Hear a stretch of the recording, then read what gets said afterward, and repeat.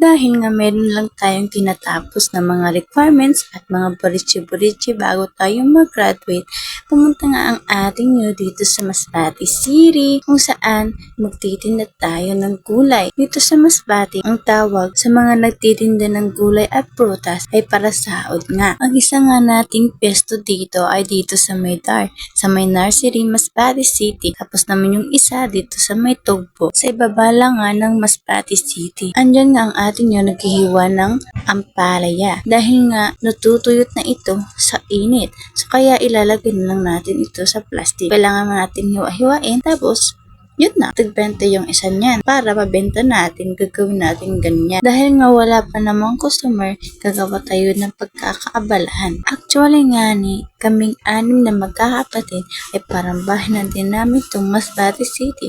Lagi kami ditong natutulog at hindi na yan umuwi dun sa bahay namin. Dahil wala naman na tayo masyadong klase, so punta-punta muna lang tayo dyan sa Masbate City. Kapag Biyernes hanggang Linggo nga doon nga sa may piesto, sa may merkado, sobrang init nga dahil nga sa panahon. Pero okay lang para makabenta tayo ng mga gulay at prutas.